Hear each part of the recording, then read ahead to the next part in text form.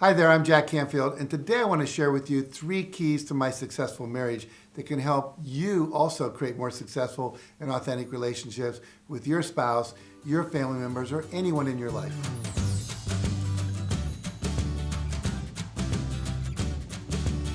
My relationship with my wife Inga is the greatest source of joy of my life, and I adore her for how much she understands me and what I am about in life, my purpose, my mission, and my priorities.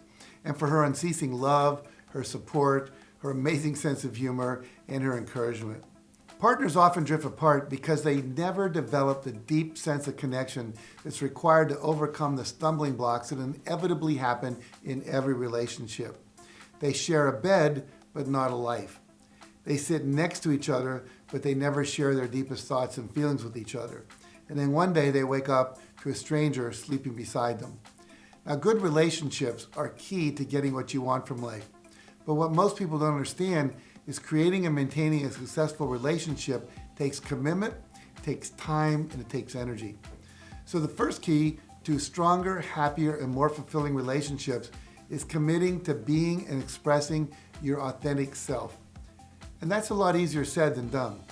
The truth is that most people put on masks and different personas depending on the people they're with and the situations they find themselves in. They become chameleons in order to be accepted, to be liked, or to be loved. Now, in addition to time and energy, it takes courage and the willingness to be vulnerable, to tell the truth about your thoughts, your feelings, and your desires to maintain a successful relationship.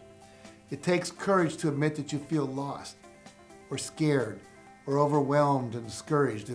If you're supposed to be the boss at work or the breadwinner at home, it takes courage to admit that you're unhappy or dissatisfied with the relationship, that you're not getting your needs met, or that you're thinking about quitting your job, or that you find yourself being attracted to another person.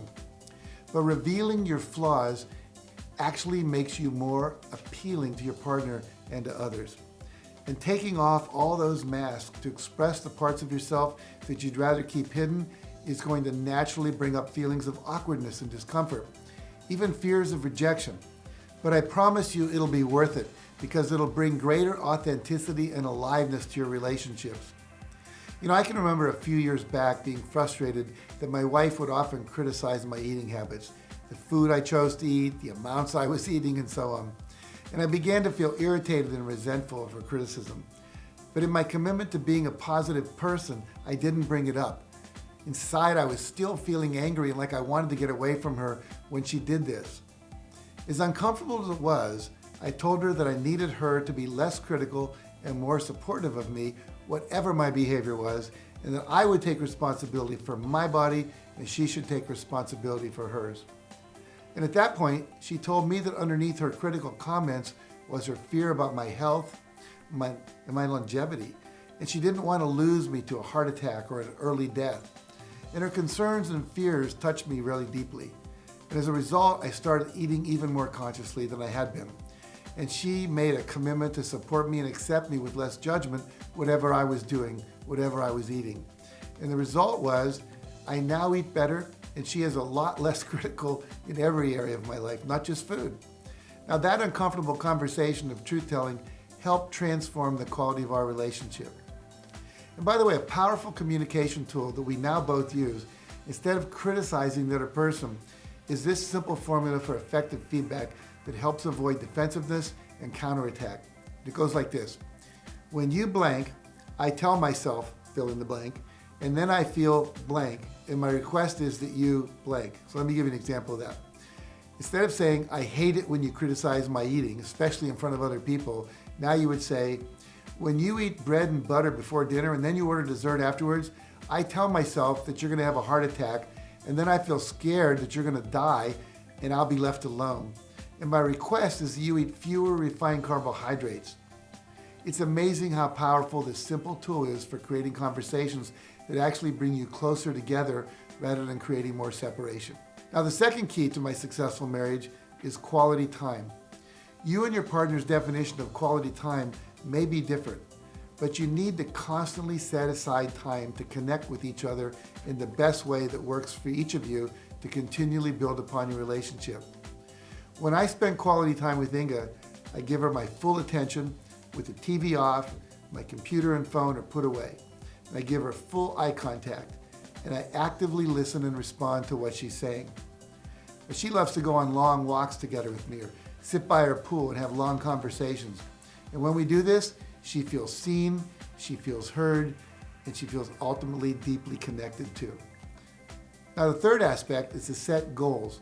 It's one of the most powerful of all the success principles, and while people use it at work and in their professional life, I notice people rarely use it in the context of achieving healthy, intimate relationships. Now believe it or not, goal setting is sexy. Defining what you want and going for it with gusto is very appealing to your partner. But remember, it's not enough to say that you want to spend more quality time together. As I've stated many times, vague goals produce vague results. If you want real results, you have to be specific and state your goal in a way that's measurable. You have to say how much or how many and by when. For example, I will take my spouse out to dinner at least once a month and schedule one evening a week to hang out together without any TV or cell phones so we can spend more time talking and enjoying each other's company. That's measurable. Now, just like we talked about before with being your authentic self, setting relationship goals means probably confronting some long-standing fears and roadblocks. Maybe setting the goal of spending more quality time with your spouse makes you realize you'll need to say no to your boss when he asks you to stay later, come in on the weekends. Or maybe you'll have to confront your fear of talking about your feelings. But it's important to remember that there's always a solution to any obstacle. You just have to look for it. Perhaps you can ask your boss if you can come in a couple hours early on one or more of the weekdays so you can make sure you get your evenings and your weekends off. Now every December, Inge and I take an afternoon or an evening and we set goals for the next year. These include how many vacation days we're going to take, how many evenings we're going to schedule with friends, how many days we're going to spend with our children and grandchildren, and how many days we're going to attend a meditation or a spiritual retreat, and what quality we're going to focus on for the year, such as love, acceptance, authenticity, fun, or courage. One year we agreed to reread Don Miguel Ruiz's book, The Four Agreements, and practice implementing one of those agreements, which are be impeccable with your word, don't take anything personally, don't make assumptions, and always do your best, so that by working on one each quarter, we could master them all in 1 year. Now obviously, there's a lot more that goes into creating more successful and authentic relationships, but I want you to try one of these as your homework assignment. Whether you're married, just in a relationship, or just want to work on your general relationships overall, I guarantee this will bring more joy into them. And keep this in mind, be patient. It may take your spouse, your partner, your family member, or a friend time to face their own fears or roadblocks before being able to meet you halfway. But pretty soon, if you're committed to it, you will solve the problem together. Thank you for watching, and remember, nothing will change for the better until you do. Now, if you found this video helpful, make sure you like it, share it with a friend who may need it, and subscribe to my channel for more videos like this one. And for some additional resources on how to improve your relationships, visit my website at JackCanfieldOfficial.com.